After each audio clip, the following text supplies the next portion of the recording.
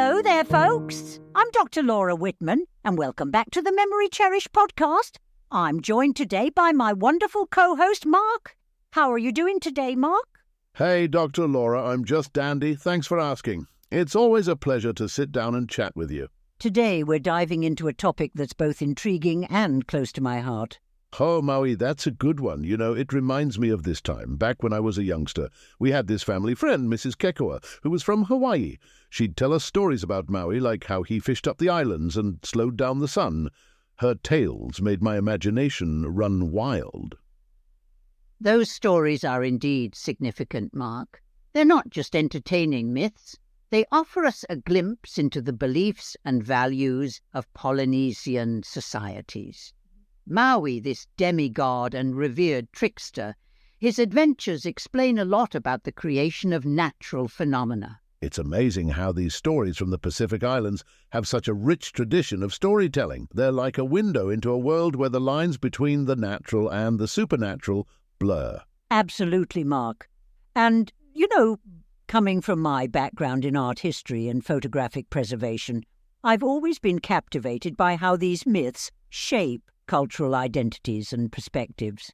That's an interesting point, Dr. Laura. It really makes you think about how relevant these myths still are in modern times. They're like timeless lessons wrapped in extraordinary tales. Precisely, Mark. And that's what we'll be exploring today. We'll delve into the legends of Maui and how they've influenced culture, both in the past and in the present. I'm all ears, Dr. Laura. Exploring Maui's legends sounds like an adventure in itself. Let's dive in. So let's start with the cosmic structure in Polynesian belief. It's fascinating how they envision the universe. In their view, it's divided into two primary realms. So that's pretty neat. Kind of like having an upstairs and a downstairs in the cosmic house, huh? With the living folks in the bright sunny attic and the ancestors hanging out in the basement. Exactly, Mark. And these realms were believed to originate from an initial state of formlessness, which then unfolds into a structured cosmos through the actions of deities. Speaking of deities, I've heard about a couple of big names in Polynesian cosmogony. There's Rangi, the Sky Father, and Papa, the Earth Mother. Their story sounds like a real family drama. You're right, Mark. Their union and eventual separation by their godly children is said to have created the world.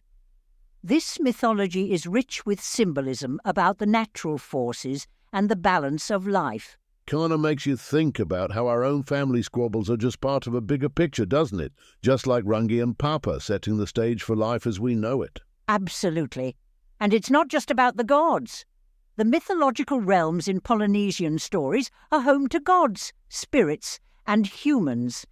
It's a complex system where rituals are performed to maintain the balance of the cosmos. Rituals, huh?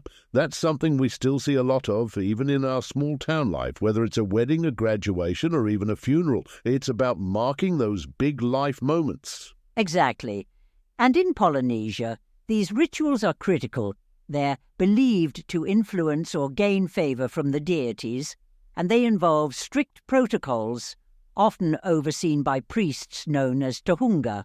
Sounds pretty serious. And you mentioned they use special tools and sites for these rituals, right? I guess it's not just any old place or object that can connect you to the divine. That's right, Mark. These tools and sites, like the mare, a sacred meeting ground, are infused with mana, or spiritual power.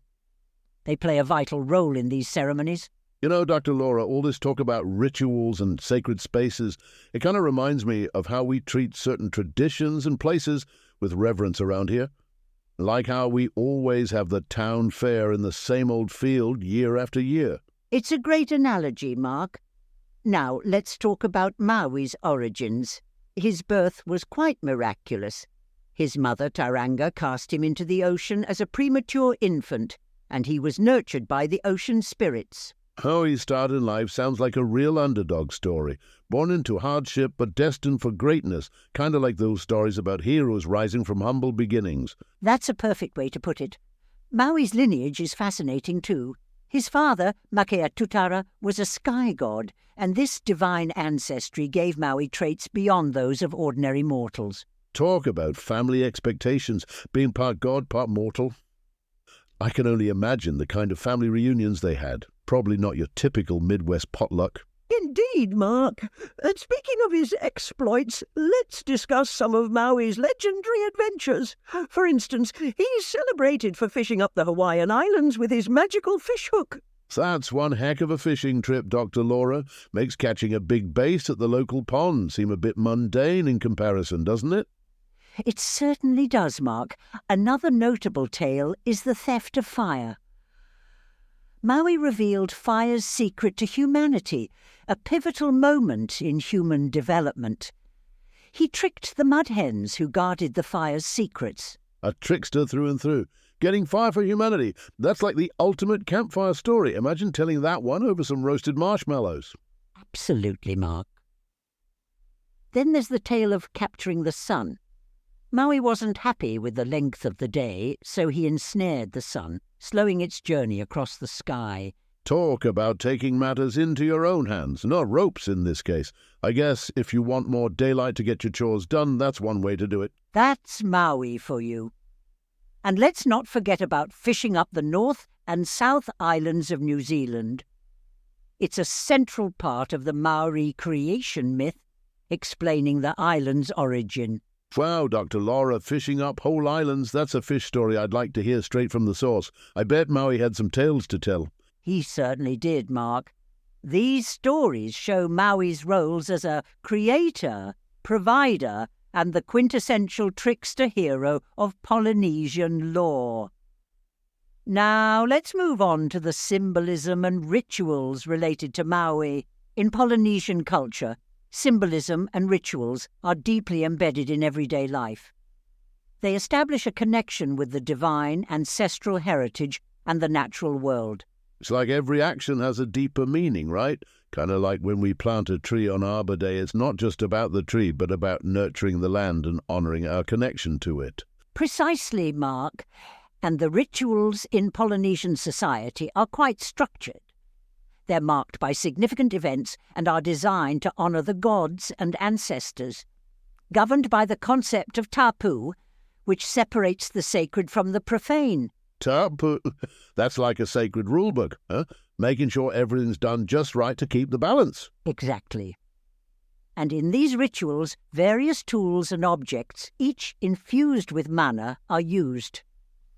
They're performed at special sites like the marae, which are communal and sacred meeting grounds. I can just picture it. A whole community gathering around, everyone playing their part, all under the open sky. It's a powerful image. It is, Mark. And Maui plays a big role in these rituals. He's featured prominently in chants and prayers, which are not just recitations, but magical formulas invoking his spirit. It's magic and myth all wrapped up in one, huh? Like singing a song that's also a spell, calling on Maui's strength and wisdom. Absolutely. These chants and prayers emphasize Maui's life-giving and creative aspects, particularly in rituals related to fishing and navigation. Fishing and navigation, that makes sense, given his legendary exploits with that magical fish hook of his. Indeed, Mark. And speaking of modern times, let's talk about Maui's cultural significance today. His narrative continues to shape cultural identity and has even found new life in contemporary media. Yeah, like in that movie Moana, right? Maui, played by The Rock, sure made a splash on the big screen, brought a piece of Polynesian mythology to folks all over the world. That's a great example, Mark. While modern media portrayals may take creative liberties, they capture the essence of Maui's character and the spirit of Polynesian storytelling. It's amazing how these ancient stories can adapt and remain relevant. Even in today's fast-paced world, they still have a lot to teach us. Absolutely, Mark. And when we look at Maui's myths across Polynesia, we see notable regional differences, yet there are common themes that resonate throughout the Pacific. Regional differences, huh? Kind of like how every small town has its own version of a tall tale, but the core message stays the same? Exactly, Mark. In some places, Maui is depicted differently, but the shared values of bravery, intellect, and connection to nature are universal across Polynesian myths. It's pretty neat to see how a single character can have so many faces, yet still stand for something bigger, something that brings us all together. Now let's address some frequently asked questions about Maui. One common query is about Maui's most well-known accomplishments, like fishing up the islands and slowing down the sun. Those are some heavyweight feats, Dr. Laura. Fishing up islands, slowing down the sun. Makes you wonder what kind of breakfast Maui was having to gear up for those tasks. Another question often asked is about the powers attributed to Maui. He could transform into animals, pull islands from the ocean, and his wit allowed him to outsmart others, including gods. Transforming into animals, huh? That'd sure come in handy. Imagine turning into a bird to get out of a sticky situation. Indeed, Mark.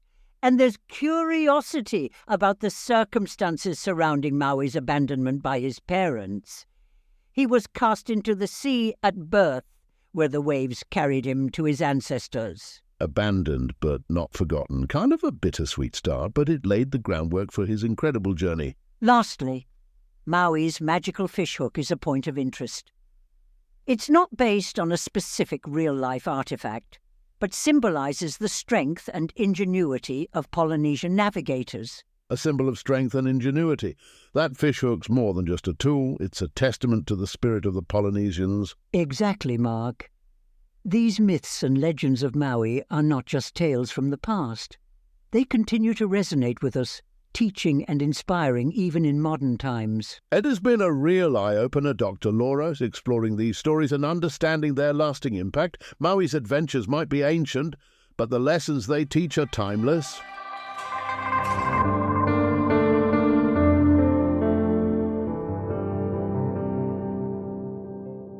Thank you so much for listening to the Timeless Tapestry podcast.